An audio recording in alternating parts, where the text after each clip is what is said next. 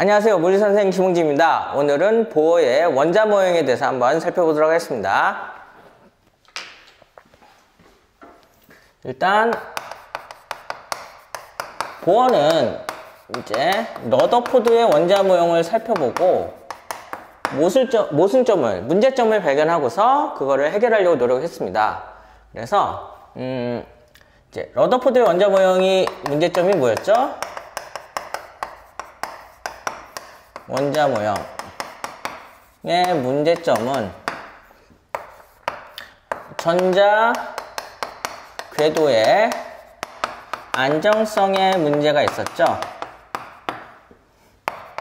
그 다음에 수소 원자의 스펙트럼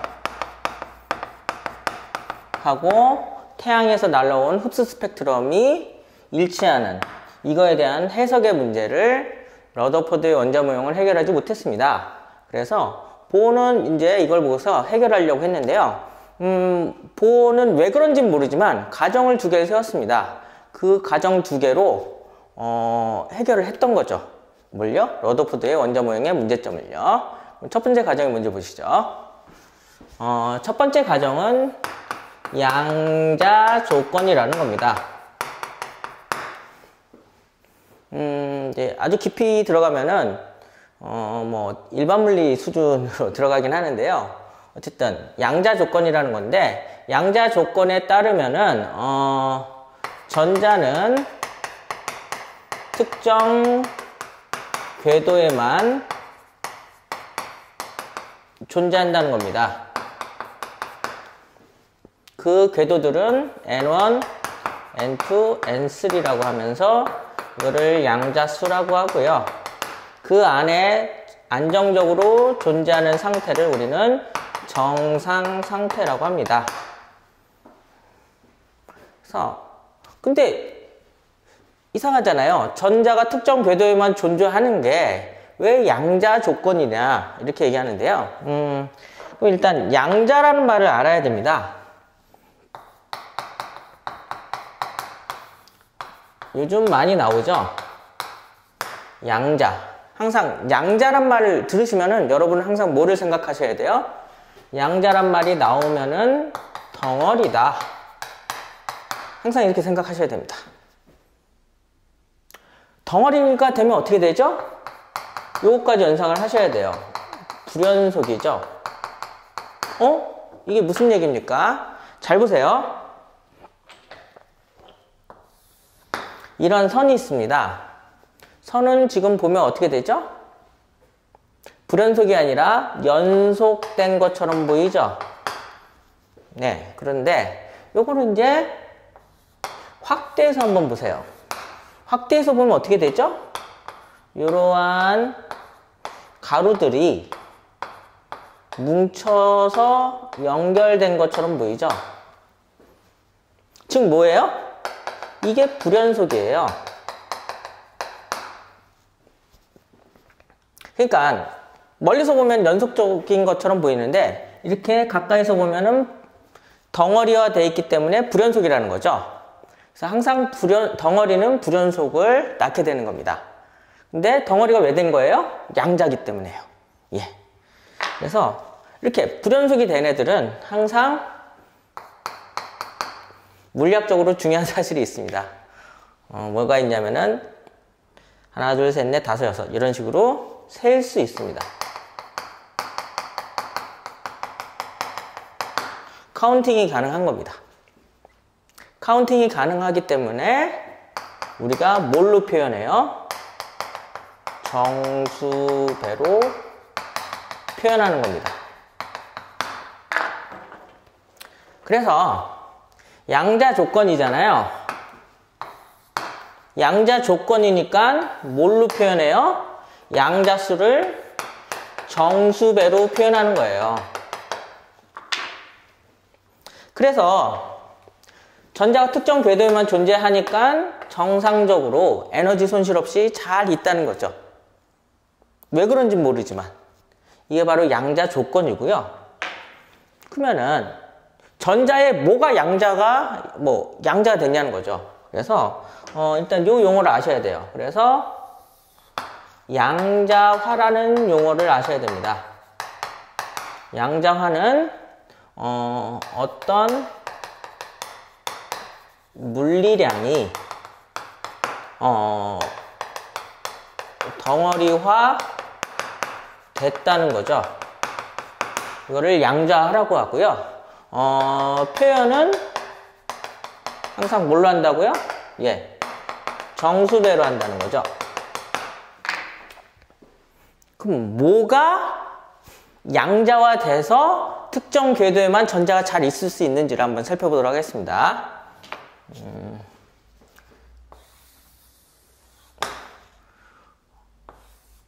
그냥 별얘기 없을 때 그냥 수소 원자라고 편하게 생각을 하십시오. 수소가 원자가 아니어도 되는데 그냥 수소 원자겠거니 편하게 생각하셔도 되고요.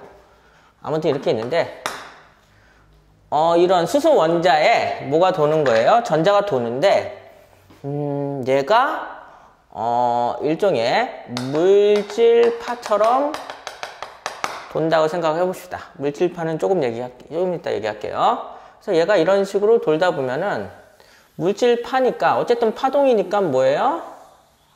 뭐 이런 식으로 이렇게 돌면 안 되는데요. 너무 크게 그렸네요. 조그맣게 그릴게요. 그래서 뭐 이런 식으로 갔다가 이런 식으로 갔다가 이런 식으로 갔다가 이런 식으로 왔다고 쳐보세요. 예, 전자가 물질파처럼 움직인다 라고 생각을 했을 때 요거의 관계식을 한번 세워보는 거죠. 어떤 관계식이요? 요게 거리가 R이면은 저쪽으로 갈까요?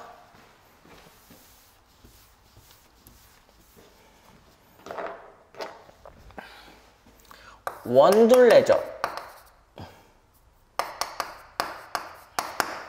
원둘레는 어떻게 구해요? 2파이 R이죠. 그 다음에 물질파 파장. 파장은 뭐예요? 람다죠. 예, 람다라고 있습니다. 이거 파장이에요.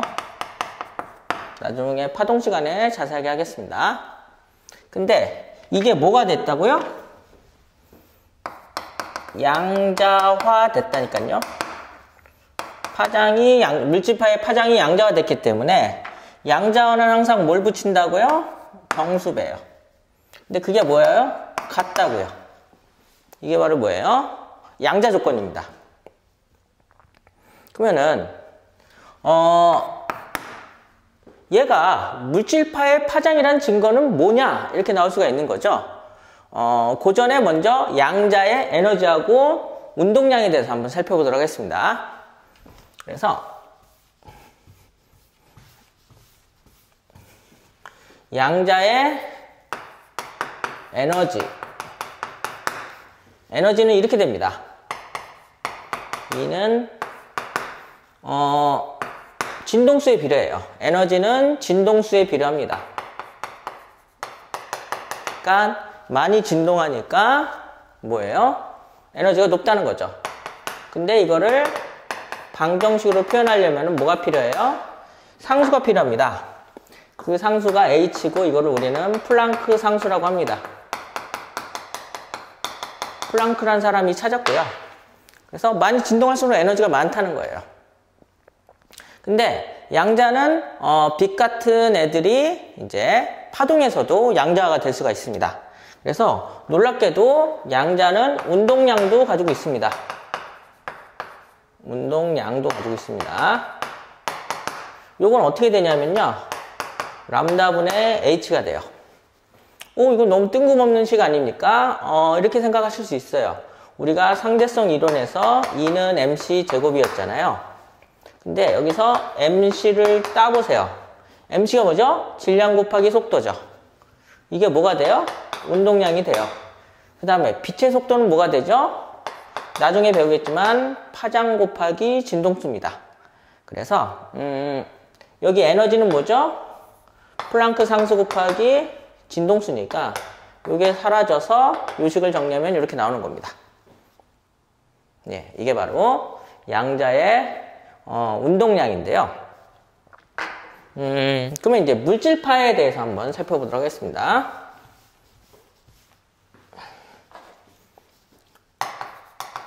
물질파는요, 이겁니다. 입자가 속도가 빠르면은 파동 취급을 가능하다, 혹은 파동처럼 보일 수 있다, 뭐 이런 겁니다. 뭐 거시세계에서는 그렇게 힘들고요. 미시세계, 즉 작은 세계, 전자 같은, 원자 같은 작은 세계에서 이런 게 나타난다는 거죠. 그래서 어쨌든 입자하고 파동이 비슷해지는 거죠. 입자의 운동량은 어떻게 됐었죠? P는 mv였죠. 근데 파동은 양자가 될 수 있기 때문에 파동의 운동량도 있습니다. 뭐죠? 람다분의 h. 근데 이게 같다는 거죠. 그러면은 mv는 람다분의 h니까 따라서 이러한 관계식이 하나 나와요. 이게 물질파의 파장입니다. 근데 여기서는 누구의 물질파의 파장이죠? 전자의 물질파의 파장입니다. 그래서 이 시기에다가 이제 물질파, 전자의 물질파의 파장을 집어넣으면 이렇게 돼요. 그럼 어떻게 되죠? 람다 대신에 mv분의 h가 되죠. 따라서 2파이 mvr은 nh라고 하는, 원래는 이게 양자 조건인데요. 뭐 저희 시험엔 나오지 않습니다. 뭐 이런 식으로 나오지는 않고요. 이게 바로 양자 조건입니다. 근데 그러면 뭐가 양자가 됐냐는 거죠. 그래서 이걸 좀 더 구체적으로 들어가면은 여기다 쓸까요?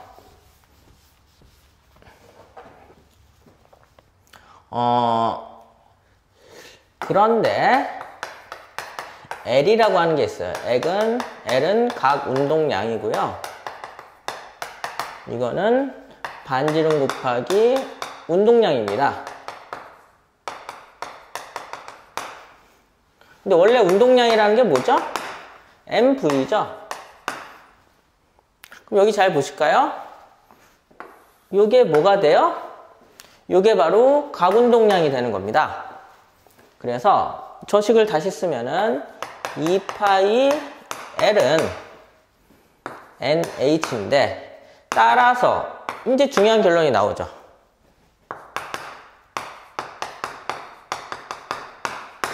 이런 결론이 나오죠. 그래서 출신 성분들을 써보면은 L은 각 운동량이고요. 이거는 정수배라는 거죠. 이거는 뭔진 모르지만 상수예요. 네. 그래서 지금 이 값은 항상 일정하잖아요.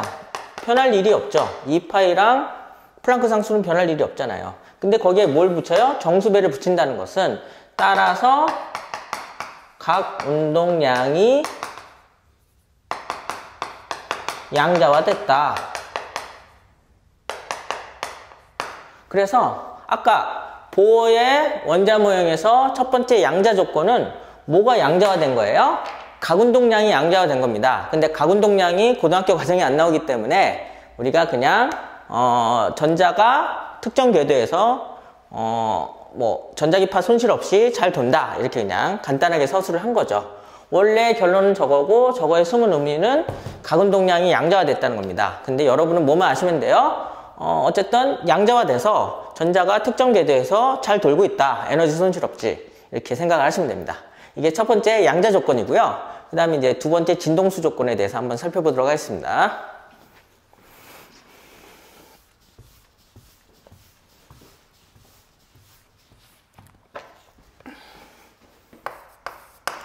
두 번째 진동수 조건. 진동수 조건은 뭐냐면요, 그러니까 전자들이 궤도를 이동하는데 그걸 전이라고 합니다. 전이할 때 에너지를 흡수하거나 또는 방출할 수 있어요. 근데 그 에너지들이 뭐에 비례한다는 겁니까? 진동수에 비례한다는 겁니다. 누구의 진동수요? 빛의 진동수에 비례한다는 겁니다. 빛의 진동수에 비례한다는 거죠. 이게 바로 진동수 조건이에요. 살펴볼까요? 제일 편한 게 수소 원자니까 이렇게 있으면은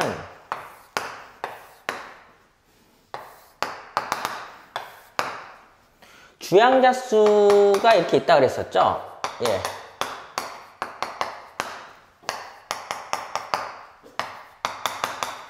이렇게 있습니다. 이렇게 있으면은 첫 번째 궤도는 우리가 라이먼 계열이라고 해요. 그리고 이거는 자외선하고 관계된 영역입니다. 그 다음에 두 번째는 발머 계열입니다. 이거는 가시광선이에요. 그 다음에 세 번째는 파셴 계열이에요. 이거는 적외선이죠. 그 다음에 뭐 푼트, 크라켄 뭐 이런 식으로 나가고요. 여기서는 이제 이거를 여기 있는 것을 우리는 자유전자라고 합니다. n이 무한대일 때가. 그랬을 때 전자가 만약에 첫 번째 궤도에 있을 때는 전기적인 인력이 제일 크죠. 가장 안정적입니다. 가장 안정적이에요. 그래서 이거를 바닥 상태라고 하는 거죠. 그라운드라고 하죠. 그라운드 스테이시라고 합니다. 근데 여기에 어떤 빛이나 광자 같은 게 와서 얘를 여기까지 올릴 수가 있는 거죠.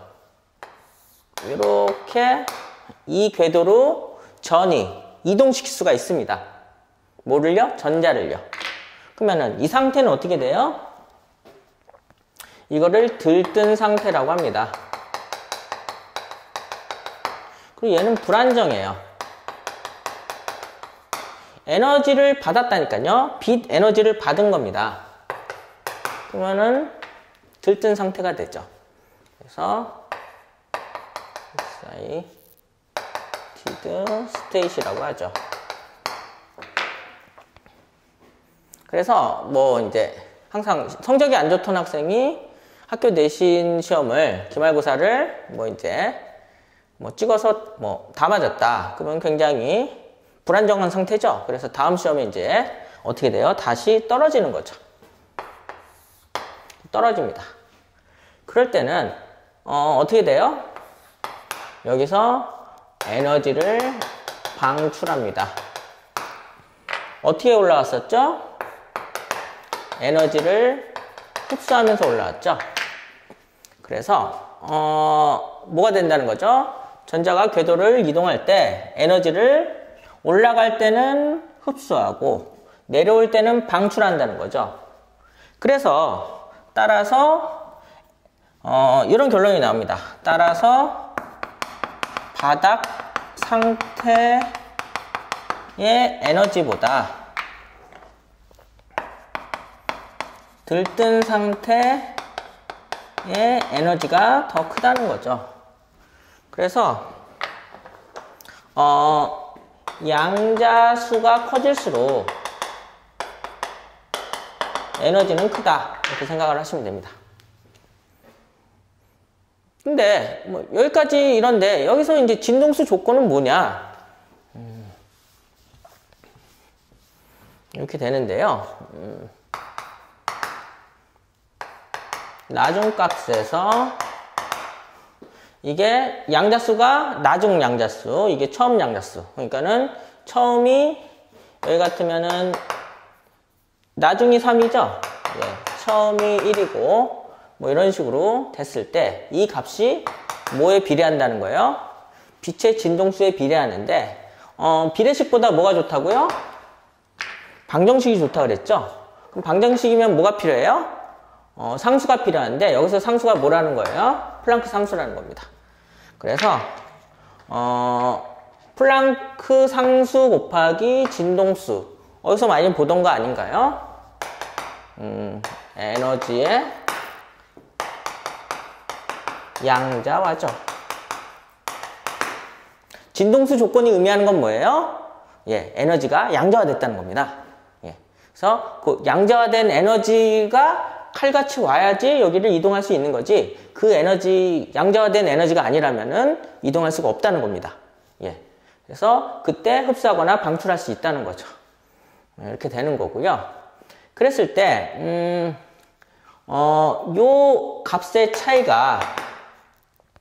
요 값의 차이가 예, 양수이면 뭐예요? 흡수한 거죠.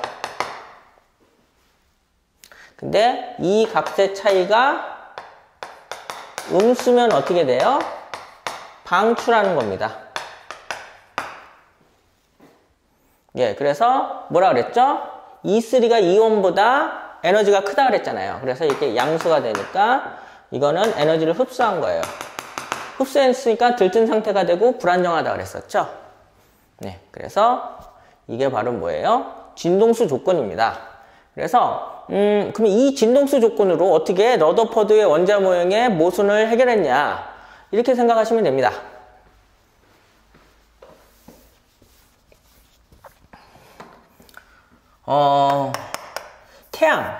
그때 태양에서는 사실 수소로 되어 있다는 거죠. 태양이 수소 원자로 이루어졌다는 거죠. 수소 원자로 이루어졌는데 수소 원자가 보통은 우리 주변에서는 수소 분자 형태로 있습니다. 근데 태양의 온도가 워낙 높잖아요. 온도가 워낙 높다 보니까 예, 이러한 예, 무슨 상태가 돼요? 플라즈마 상태가 됩니다. 이건 플라즈마라는 건 제4의 기체고요. 제4의 상태죠. 예. 그래서 고체, 액체, 기체가 있는데 플라즈마는 그거보다 온도가 더 높은 상태에서 이런 분자들이 이온화되는 겁니다. 온도가 너무 높아서 떨어지는 거고요. 그냥 편하게 생각하시면은 이온 기체라고 보시면 됩니다. 이온화된 기체다. 이렇게 생각을 하시면 되는데, 다시 이제 원점으로 돌아가서, 어쨌든 태양이 수소 원자로 되어 있는데, 태양에서는 무슨 빛이 오죠? 자외선, 가시광선, 적외선이 옵니다. 그래서 모든 빛이 다 오는데, 유독 어떤 부분만 문제가 되는 거예요? 요렇게 궤도 이동들을 하는 애들은 어떻게 돼요? 수소 원자가 한번 흡수를 한다는 거죠. 그 에너지를. 다른 것들은 그냥 다이렉트로 태양에서 우리한테 핵융합 반응, 수소 핵융합 반응으로 다이렉트로 날라오는데 요 수소 원자 궤도 전이와 관계된 요 조건들을 만족하는 에너지는 한번 수소 원자가 흡수하고 난 다음에 방출해서 온다는 거죠. 그러니까 다른 애들보다는 빨리빨리 전달되는 비율이 떨어진다는 거죠. 그래서 어떻게 된 거예요? 그래서 태양의 스펙트럼이 어떻게 보이는 겁니까? 원래는 빈틈이 없는 연속 스펙트럼으로 이렇게 보여야 되는데 어떻게 되는 거예요? 빈틈이 생긴다는 거죠. 빈틈이 생긴다는 겁니다. 이 빈틈은 누구하고 맞다는 거예요? 예, 러더퍼드의 그 원자 모형의 진동수 조건에 부합하는 그러한 애들하고 파장대가 정확하게 뭐가 돼요? 매칭이 된다는 겁니다. 그래서 파장은 이렇게 되잖아요. 예. 그래서 파장이 맞다는 거는 광속이 일정하니까 진동수하고도 예, 맞다는 거죠.